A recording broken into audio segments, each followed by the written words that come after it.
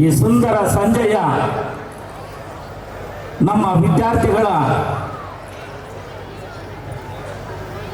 ಕಾರ್ಯಕ್ರಮಕ್ಕೆ ಮುಖ್ಯ ಅತಿಥಿಗಳಾಗಿ ಆಗಮಿಸಿರ್ತಕ್ಕಂತಹ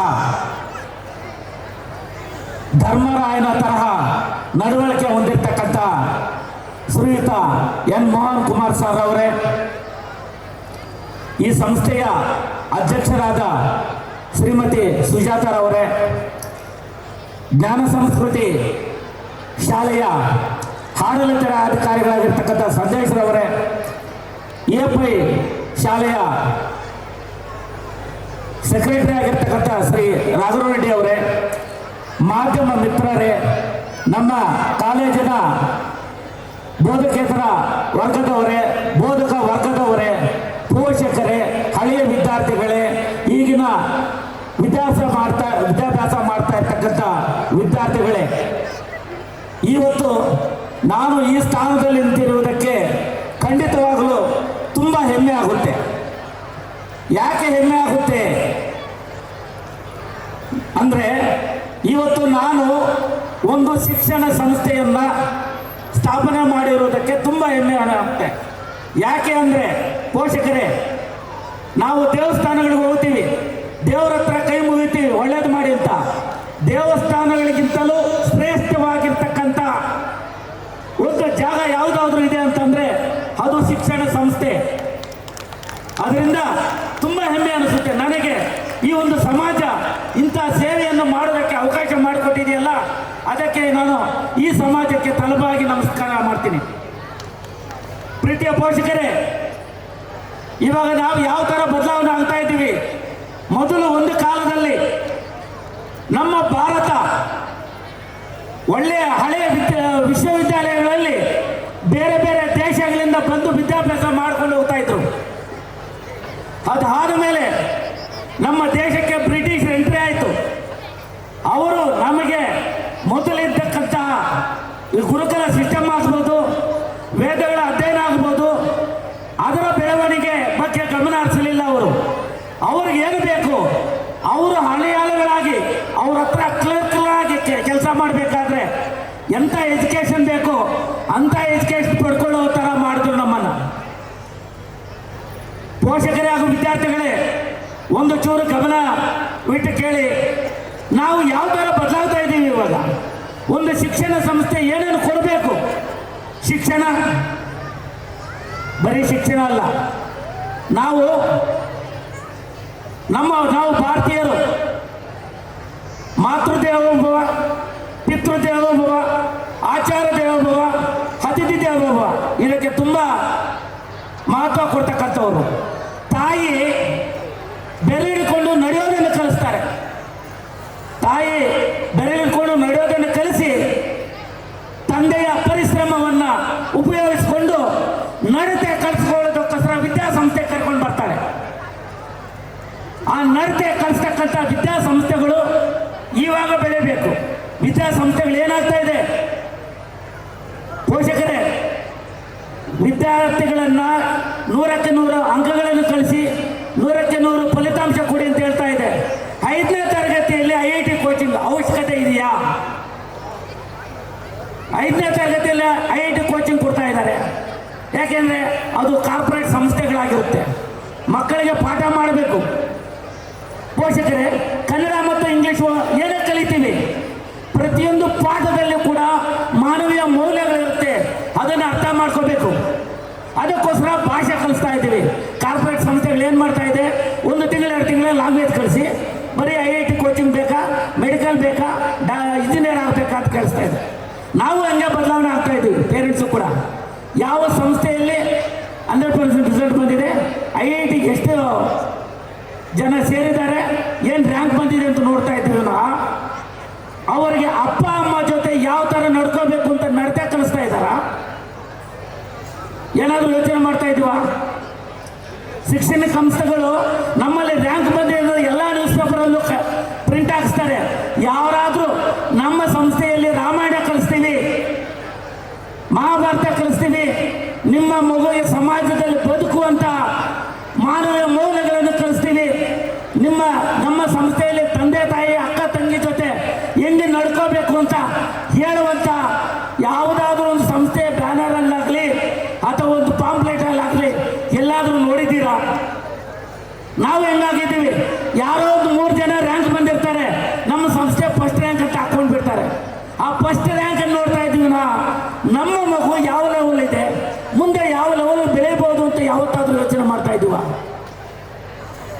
ಪೋಷಕರೇ, ನಾವು ಮೊದಲೇ ಏನು ಮಾಡ್ತಾ ಇದ್ವಿ, 10th ಆಯ್ತಾ ಎಲ್ಲ ಒಳ್ಳೆ ಶಿಕ್ಷಣ ಇರುತ್ತೆ ಅಂತೇಳಿ ಹಾಸ್ಟೆಲ್ಗೆ ಹಾಕ್ಬಿಡ್ತೀವಿ. ಆವತ್ತೇ ನಮ್ಮಿಂದ ದೂರ ಆಗ್ತಾರೆ ಮಕ್ಕಳು. ಇಂಜಿನಿಯರಿಂಗ್ ಮಾಡ್ತಾರೆ, ನಮ್ಮ ಕಷ್ಟ ನಷ್ಟಗಳು ಏನೂ ಅರ್ಥ ಇರಲ್ಲ. ಅವರು ಏನೂ ಕಷ್ಟ ನಷ್ಟಗಳು ಅರ್ಥ ಇಲ್ಲದೆ ಅವರು ಹಾಸ್ಟೆಲಿಂದ ನಾವು ದೂರ ಇಟ್ಟು ಓದಿಸ್ತೀವಿ. ನಾವೇನು, ನಮ್ಮ ಸಂಸಾರ ಏನು, ಅಪ್ಪ ಏನು, ಅಮ್ಮ ಏನು ಆ ಬೆಲೆ ತಿಳ್ಕೊಂಡಿರಲ್ಲ. ಅದಾದ ಮೇಲೆ ಒಂದು ಒಳ್ಳೆ ಕೆಲಸ ಸಿಗುತ್ತೆ. ಇವಾಗ ಎಂಥ ಕೆಲಸಗಳು ಸಿಗ್ತಾ ಇದೆ. ನಾವು ನಮ್ಮ ಕಾಲಗಳಲ್ಲಿ ನೋಡಿದಾಗ ಜಿಲ್ಲೆಯಲ್ಲಿ ಒಂದು 20-30 ಫಸ್ಟ್ ಕ್ಲಾಸ್ ಬರ್ತಾ ಇತ್ತು. ಇವಾಗ 90% ಬರಲಿಲ್ಲ ಅಂದರೆ ಅಪ್ಪ ಅಮ್ಮ ನಾವೇನು ಹೇಳ್ತೀವಿ, ನನ್ನ ಜೊತೆ ಮಾತಾಡಬೇಡ, ನನಗೆ ಬೇಕಾಗಿರೋದು ನೀನು 90% ಮಾರ್ಕ್ಸ್. ಅಷ್ಟಾಗಿದ್ರೆ ನಿನಗೇನೋ ಒಂದು ಕೊಡಿಸ್ತೀನಿ, ನಿನಗೆ ಮೊಬೈಲ್ ಬೇಕಾ, ಗಾಡಿ ಬೇಕಾ, ಕೊಡಿಸ್ತೀನಿ, ನನಗೆ ಮಾರ್ಕ್ಸ್ ಬೇಕು. ಮಾನವೀಯ ಮೇಲೆ ಕಲ್ತಿದ್ದೀವಿ ಅಂತ ಕೇಳಲ್ಲ. ಆತ್ಮ ಏನು ಮಾಡ್ತಾನೆ, ಕಲಿತಾನೆ, ಓದ್ತಾನೆ. ಬುಕ್ ಬಿಟ್ಟರೆ ಬೇರೆ ಇನ್ನೇನು ಇರಲ್ಲ. ಅವ್ರು ಮುಂದೆ ಏನು ಕ್ವಶನ್ ಬರುತ್ತೆ, ಕ್ವಶನ್ ಬಿಟ್ಟು ಮುಂದೆ ಹೆಂಗೆ ನಡ್ಕೋಬೇಕು ಅನ್ನೋದೇ ತಿಳ್ಕೊಳ್ಳಲ್ಲ. ಫಸ್ಟ್ ರ್ಯಾಂಕ್ ಅಂತ ರಾಜು ಅಂತ ಫಿಲ್ಮ್ ನೋಡಿದ್ರಲ್ಲ, ಆ ಥರ ಕಾರ್ಪೊರೇಟ್ ಸಂಸ್ಥೆಗಳೆಲ್ಲ ಬೆಳೆಸ್ಕೊಂಡು ಹೋಗ್ತಾ ಇದೆ. ಅದರಿಂದ ನಾವು ಕೂಡ ಅವರು ರ್ಯಾಂಕ್ ಬರೋದಕ್ಕಿಂತ ಮುಂಚೆ ಅವರಿಗೆ ನಡವಳಿಕೆಗಳು ಇಂಥವೆಲ್ಲ ತಿಳಿಸ್ಕೊಡ್ತಾ ಇದೆ ಅನ್ನೋದ್ರ ಬಗ್ಗೆ ಗಮನ ಹರಿಸ್ಕೋಬೇಕು. ಬರೀ ರ್ಯಾಂಕ್ ಕಡೆ ನೋಡಬೇಡಿ. ರ್ಯಾಂಕ್ ಒಂದು 10 ಜನಕ್ಕೆ ಬಂದಿರುತ್ತೆ. ಕ್ರಿಕೆಟ್ ಆಡೋದು 11 ಜನ ಆದರೆ ನೋಡೋರು ಎಷ್ಟು ಜನ? ಇವಾಗ ನೀವು ನೋಡ್ತಾ ಇದ್ದೀರಲ್ಲ ಬಿಗ್ ಬಾಸ್ ಅಂತ, 15-20 ಜನ ಅಲ್ಲಿ ಇರ್ತಾರೆ. ಅವ್ರಿಗೇನೋ ಬೇಕಿಲ್ಲದೆ ಇರೋದು, ಬೇಕಿರೋದು ಏನೋ ಮಾತಾಡ್ಕೊಳ್ತಾ ಇರ್ತಾರೆ. ನಮ್ಮೆಲ್ಲ ಕೆಲಸ ಬಿಟ್ಟು ರಾಜ್ಯದಂತ ಅದನ್ನು ನೋಡ್ಕೊಂಡು ಕೂತ್ಕೊಳ್ತಾ ಇದ್ದೀವಿ. ಅಲ್ಲ, ಮೊಬೈಲ್ ಸ್ವಿಚ್ ಆಫ್ ಮಾಡಿಬಿಟ್ಟು ನಮ್ಮ ಮನೆಯವರೆಲ್ಲ ಇರೋರೆಲ್ಲ ಒಂದು ಅರ್ಧ ಗಂಟೆ ಏನಾದರೂ ಮೊಬೈಲ್ TV ಆಫ್ ಮಾಡಿಬಿಟ್ಟು ಅದ್ರ ಕಡೆ ಏನಾದರೂ ಯೋಚನೆ ಮಾಡ್ಕೊಂಡು ಮಾತಾಡ್ಕೊಂಡಿದ್ದೀವ? ಅದು ಬಿಡಿ, 20-20 ಜನ ಒಂದು ಗ್ರೂಪ್ ಮಾಡಿ ಸೆಕೆಂಡ್ PUC ಮಕ್ಕಳನ್ನ ಓದಿಸ್ತಾ ಇದ್ದೀನಲ್ಲ, ಎಲ್ಲರೂ ಆ ಬಿಗ್ ಬಾಸ್ ಥರ ನೀವು ಕೂಡ ಒಂದು ರೂಮಲ್ಲಿ ಇರೋರು ಬಿಗ್ ಬಾಸ್ ಅಂತ ತಿಳ್ಕೊಂಡು ಪ್ರತಿಯೊಂದು ಕ್ವಶನನ್ನು ಡಿಸ್ಕಸ್ ಮಾಡ್ಬೋದಾಗಿತ್ತಲ್ಲ. ಪ್ರತಿಯೊಂದು ಸಬ್ಜೆಕ್ಟು ಡಿಸ್ಕಸ್ ಮಾಡ್ಬೋದಲ್ಲ. ಆ ಡಿಸ್ಕಸ್ ಮಾಡೋದನ್ನು ಬೇರೆಯವ್ರು ನೋಡ್ಬೋದಲ್ಲ. ಕೆಲಸಕ್ಕೆ ಬರ್ತಾ ಇರ್ತಕ್ಕಂಥ TV-ನಲ್ಲಿ ಬರೋ ಸೀರಿಯಲ್ಲು ಇದಕ್ಕೆ ಪ್ರಿಫರೆನ್ಸ್ ಕೊಡ್ತಾ ಇದ್ದೀವಿ. ದಯವಿಟ್ಟು ನಾವು ನಮ್ಮ ಮಕ್ಕಳನ್ನು ನಾವು ನಡವಳಿಕೆ ಕಳಿಸ್ಬೇಕು. ಪ್ರೀತಿಯ ಪೋಷಕರೇ, ಒಂದು ಸಣ್ಣ ಕಥೆಯನ್ನು ಕೂಡ ಅದಕ್ಕೆ ಸೇರಿಸ್ಕೊಳ್ತೀನಿ. ಈ ಗುಜರಾತ್ನಲ್ಲಿ ಒಬ್ಬ ಹುಡುಗ, ಸುರೇಂದರ್ ಅಂತ ಒಬ್ಬ ಹುಡುಗ ಇರ್ತಾನೆ. ಅವ್ರ ತಾಯಿ ಕಣ್ಣಿರಲ್ಲ. ಅದರಿಂದ ಅವ್ರ ಫ್ರೆಂಡ್ಸ್ ಎಲ್ಲ ಅವ್ರ ತಾಯಿ ನೋಡಿದ್ರೆ ಕುರೂಪಿ ಅಂತ ಹೇಳ್ಬಿಟ್ಟು ಅಸಹ್ಯ ಪಡ್ತಾರೆ ಅಂತ. ಅಮ್ಮ, ನಾನು ಆಟಕ್ಕೆ ಹೋದಾಗ ನೀನು ಮನೆಯಿಂದ ಹೊರಗಡೆ ಬರಬೇಡ ಅಂತೇಳಿ ತುಂಬ ಪೀಡಿಸಿ ಆತನು ಮನೆ ಒಳಗಡೆ ಇರೋ ಥರ ಮಾಡ್ತಾರೆ. ಆದರೆ ಅದನ್ನು ಬೆಳೀತಾನೆ. ಇವಾಗ ಹೇಳ್ದಲ್ಲ, ಇದೇ ಥರ ಒಳ್ಳೆ ರ್ಯಾಂಕ್ ಅವರ ತಾಯಿ ಕಷ್ಟಪಟ್ಟು ಒಳ್ಳೆ ಎಜುಕೇಷನ್ ಕೊಡ್ತಾರೆ, ಒಳ್ಳೆ ರ್ಯಾಂಕ್ ಬರುತ್ತೆ, ಹೈಯರ್ ಪೊಸಿಷನ್ ಸಿಗುತ್ತೆ. ಅಮೇರಿಕಾಗೆ ಹೋಗ್ತಾನೆ. ಅಮೇರಿಕಾದಲ್ಲಿ ಒಳ್ಳೆ ಕೆಲಸ ಸಿಗುತ್ತೆ. ತಾಯಿ ಕುರುಪಿ ಅಲ್ವಾ, ಅದರಿಂದ ತಾಯಿನ ಎಲ್ಲೂ ಕೂಡ ಅವರು ಬಿಟ್ಕೊಡ್ತಾ ಇರಲ್ಲ. ಯಾಕೆಂದರೆ ಒಂದು ಸಲ ಸ್ಕೂಲ್ ಹತ್ರ ಹೋಗಿರ್ತಾಳೆ ಆ ತಾಯಿ ನೋಡಿದಾಗ ಫ್ರೆಂಡ್ಸ್ ಎಲ್ಲ ನೋಡಿಬಿಟ್ಟು ಹೀಯಾಳಿಸಿರ್ತಾರೆ ಆತನ. ಅದಾದಮೇಲೆ ಆ ತಾಯಿನ ಬಿಟ್ಬಿಟ್ಟು ಆ ಕಡೆ ಹೋಗೋದೇ ಬಿಟ್ಬಿಡ್ತಾರೆ. ಸ್ವಲ್ಪ ದಿವಸಗಳಾದಮೇಲೆ ಆತನ ಹೊರಟೋಗ್ತಾನೆ. ಅಮೇರಿಕಾದಲ್ಲಿ ಸೆಟ್ಲ್ ಆಗ್ತಾನೆ, ಮದುವೆ ಆಗ್ತಾನೆ, 2 ಮಕ್ಕಳಾಗ್ತಾರೆ. ಇದೆಲ್ಲ ಆದರೂ ಕೂಡ ತನ್ನ ತಾಯಿ ನೆನಪಾಗಲ್ಲ. ಅದನ್ನು ಸುಮಾರು 15 ವರ್ಷ ಆಗಿರುತ್ತೆ. ಅದಾದ ಮೇಲೆ ಅವರ ಶಾಲೆಯಲ್ಲಿ ರಿಯೂನಿಯನ್, ಹಳೆ ವಿದ್ಯಾರ್ಥಿಗಳೆಲ್ಲ ಹೈಯರ್ ಪೊಸಿಷನ್ನಲ್ಲಿ ಇರ್ತಕ್ಕಂಥ ವಿದ್ಯಾರ್ಥಿಗಳಿಗೆ ಒಂದು ಸನ್ಮಾನ ಮಾಡೋಣ, ಅವರೆಲ್ಲ ಒಂದು ಕೂಡಿಸೋಣ ಅಂತ ಹೇಳ್ಬಿಟ್ಟು ಇದು ಮಾಡ್ತಾರೆ. ಅದು ಅವ್ರ ತಾಯಿ ಗಮನಕ್ಕೂ ಬಂದಿರುತ್ತೆ. ಬಟ್ ಅದಕ್ಕಿಂತ ಮುಂಚೆ ಅವ್ರ ತಾಯಿ ಅವ್ರ ಊರಿನ ಇನ್ನೊಬ್ಬ ಹುಡುಗ ಅದೇ ಊರಲ್ಲಿ ಇದನ್ನು ಹೋಗಿ ಇಂಥ ಕಡೆ ನಿಮ್ಮ ಮಗ ಇದ್ದಾನೆ ಅಂತ ಹೇಳ್ತಾರೆ. ಅವ್ರ ತಾಯಿ ಕೊನೆಗಾಲ ಬಂದಿರುತ್ತೆ, ಇನ್ನೇನು ಜಾಸ್ತಿ ದಿವಸ ಬದುಕಲ್ಲ ಅಂತಿರುತ್ತೆ. ಅದಕ್ಕೋಸ್ಕರ ಅದನ್ನು ಹೋಗ್ಬಿಟ್ಟು ತಾಯಿನ ಒಂದ್ಸಲಿ ಮಾತಾಡ್ಕೋಬೇಕು ಅಂತ ಆಮೇಲೆ ಹೋಗ್ತಾಳೆ. ಹೋಗಿ ಮನೆ ಬಾಗಿಲು ತಟ್ಟಾಳೆ. ಮನೆ ಬಾಗಿಲು ತಕ್ಷಣ ಮಕ್ಕಳು ಬಂದು ಬಾಗಿಲು ಓಪನ್ ಆಗ್ತಾರೆ. ತಾಯಿಗೆ ಒಂದು ಕಣ್ಣಿರಲ್ಲ. ಓಪನ್ ಮಾಡಿದ ತಕ್ಷಣ ಮಕ್ಕಳು ಕಿರಿಚ್ಕೊಂಡು ಒಳಗಡೆ ಹೋಗ್ತಾರೆ. ಆದರೂ ಸುಮಾರು ಒಂದು 15-20 ವರ್ಷ ಆಗುತ್ತೆ. ತಾಯಿನೂ ಕೂಡ ಗುರ್ತಿಡಿಯಲ್ಲ. ಆದರೂ ಕೂಡ ಬೈದು ಬಿಟ್ಟು ನೀನೇನಕ್ಕೆ ಬಂದೆ, ಇಂಥವರೆಲ್ಲ ನಮ್ಮ ಮನೆಗಳ ಹತ್ರ ಬರಬಾರ್ದು ಅಂತ ಓಡಿಸ್ಬಿಡ್ತಾರೆ. ಸೀದಾ ಅಮ್ಮ ವಾಪಸ್ ಬರ್ತಾಳೆ. ಆ ಅಮ್ಮನಿಗೆ ಜೀವನ ನಡೆಸೋದೇ ಕಷ್ಟ ಆಗ್ತಾ ಇರುತ್ತೆ.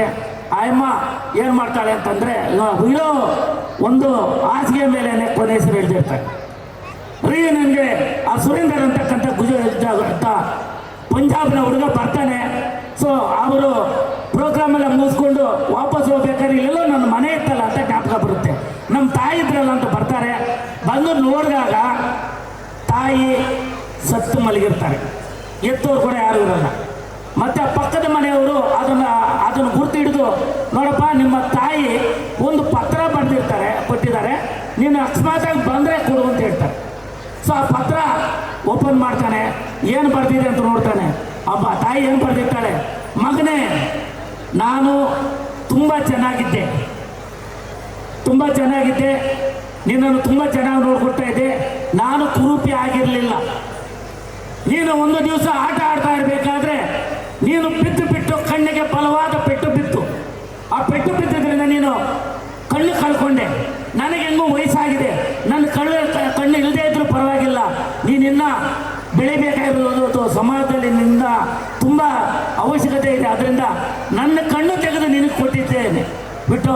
ಅದು ಬಿಟ್ಟರೆ ನಾನು ನನ್ನ ಕುರೂಪಿಯಾಗಿ ಹುಟ್ಟಿರಲಿಲ್ಲ, ಸಪೋಸ್ ಈ ಒಂದು ಪತ್ರ ನಿನಗೆ ತಿಳಿದಿರಲಿ ಅಂತ ಬರ್ತಿದ್ದೀನಿ ಅಂತ ಕೊಟ್ಟಿರ್ತಾರೆ. ಅದನ್ನ ನೋಡಿದಾಗ ಆತನ ಕಣ್ಣಲ್ಲಿ ನೀರು ಬರುತ್ತೆ, ಆದರೆ ಅಷ್ಟೊತ್ತಿಗೆ ಸಮಯ ಎಲ್ಲನೂ ಕೂಡ ನೀರುತ್ತೆ. ಸೊ ಅದರಿಂದ ದಯವಿಟ್ಟು ತಂದೆ ತಾಯಿಗಳು ಮಕ್ಕಳಿಗೆ ಓದಿನ ಜೊತೆಗೆ ಸಂಸ್ಕಾರ, ಸಭ್ಯತೆ, ಸಮಾಜದಲ್ಲಿ ನಡವಳಿಕೆಗಳು ಪ್ರತಿಯೊಂದು ಕೂಡ ನಮಗೆ ಬೆಲೆ ಕೊಡ್ತಕ್ಕಂಥದ್ದು. ಅಕ್ಕ, ಅಪ್ಪ, ಅಮ್ಮ, ಚಿಕ್ಕಪ್ಪ, ಚಿಕ್ಕಮ್ಮ ಇವರಿಗೆಲ್ಲ ಯಾವ ಥರ ಬೆಲೆ ಕೊಡಬೇಕು, ಈ ಥರ ಎಲ್ಲ ಸಂಸ್ಕಾರಗಳನ್ನು ಬೆಳೆಯೋ ರೀತಿ ನಮ್ಮ ಮಕ್ಕಳನ್ನು ಬೆಳೆಸಬೇಕು. ಬರೀ IIT ರ್ಯಾಂಕ್ ಅಂತ ನಾವು ಹೋದ್ರೆ ಮುಂದೆ ಏನಾಗುತ್ತೆ? ಇವಾಗ ಏನಾಗಿದೆ ಅಂತಂದರೆ, ಪ್ರೀತಿಯ ಪೋಷಕರೇ, ಮೊದಲು ಸಂಸಾರಗಳು ತುಂಬ ಚೆನ್ನಾಗಿ ನಡೀತಾ ಇತ್ತು. ಇವಾಗ ಏನಿಲ್ಲ, ಡಿಗ್ರಿ ಓದಬೇಕಾಗಿಲ್ಲ, ನಾವೆಲ್ಲ ಪೇರೆಂಟ್ಸು 10, 20, 30 ಸಾವಿರ ಒಳಗಡೆ ಕೆಲಸ ಮಾಡ್ತಾ ಇದ್ದೀವಿ. ಈಗಿನ ಕಾಲ ಜನ್ರೇಷನ್ನು ಎಷ್ಟು ಲಕ್ಷ ವರ್ಷಕ್ಕೆ ಎಷ್ಟು? 12 ಲಕ್ಷ, 15 ಲಕ್ಷ, 30 ಲಕ್ಷ, 40 ಲಕ್ಷ. ಅವ್ರು ಏನು ಕಲ್ತಿರ್ತಾರೆ? ಯಾವುದೋ Java program, C programming, Python and so on. Computer language ಗೊತ್ತು ಅವರಿಗೆ. ನಮ್ಮ ಭಾಷೆ, ನಮ್ಮ ಸಂಸ್ಕೃತಿ ಇದ್ಯಾವುದು ಕಲ್ತಿರಲ್ಲ. ಅದರಿಂದಾನೇ ಇವತ್ತು ನಾವು ಸಂಸಾರದ ಬೆಲೆ ಗೊತ್ತಿಲ್ಲ. ಅದರಿಂದ ನಾವು ಕೋರ್ಟ್ ಹತ್ರ ನೋಡಿದ್ರೆ ಸಂತೆ ಥರ ಇರ್ತವೆ ಡೈವರ್ಸ್ ಕೇಸುಗಳು. ಯಾಕೆಂದರೆ ಮನೆಯಲ್ಲಿ ಹೆಂಗೆ ನಡ್ಕೊಳ್ಬೇಕು ಅನ್ನೋ ನಡತೆ ಕಲ್ತಿಲ್ಲ. ಅದರಿಂದ ನಾವು ನಮ್ಮ ಮಕ್ಕಳು ಮುಂದೆ ಬಾಳಿ ಬದುಕಬೇಕಾದ್ರೆ ಸಂಸ್ಕಾರಗಳು, ಶಿಕ್ಷಣದ ಜೊತೆ ಸಂಸ್ಕಾರವನ್ನು ಕಲಿಸಬೇಕು. ಶಿಕ್ಷಣ ಸಂಸ್ಥೆಗಳು ಬರೀ ಶಿಕ್ಷಣಕ್ಕೆ ಸೀಮಿತವಾಗದೆ ಶಿಕ್ಷಣದ ಜೊತೆಯಲ್ಲಿ ಸಂಸ್ಕಾರ, ಸಭ್ಯತೆ, ನಡವಳಿಕೆ ಎಲ್ಲ ಕೂಡ ಕೊಡ್ತಕ್ಕಂಥ ಸಂಸ್ಥೆಗಳಾಗಬೇಕು ಅಂತ ಹೇಳ್ತಾ ಇಷ್ಟು ಮಾತಾಡೋಕ್ಕೆ ಅವಕಾಶ ಮಾಡ್ತಾ ನಿಮ್ಮೆಲ್ಲರಿಗೂ ಕೂಡ ಧನ್ಯವಾದಗಳು ಹೇಳ್ತಾ ನಾನು ಮಾತು ಮುಗಿಸ್ತಾ ಇದ್ದೀನಿ. ಧನ್ಯವಾದಗಳು.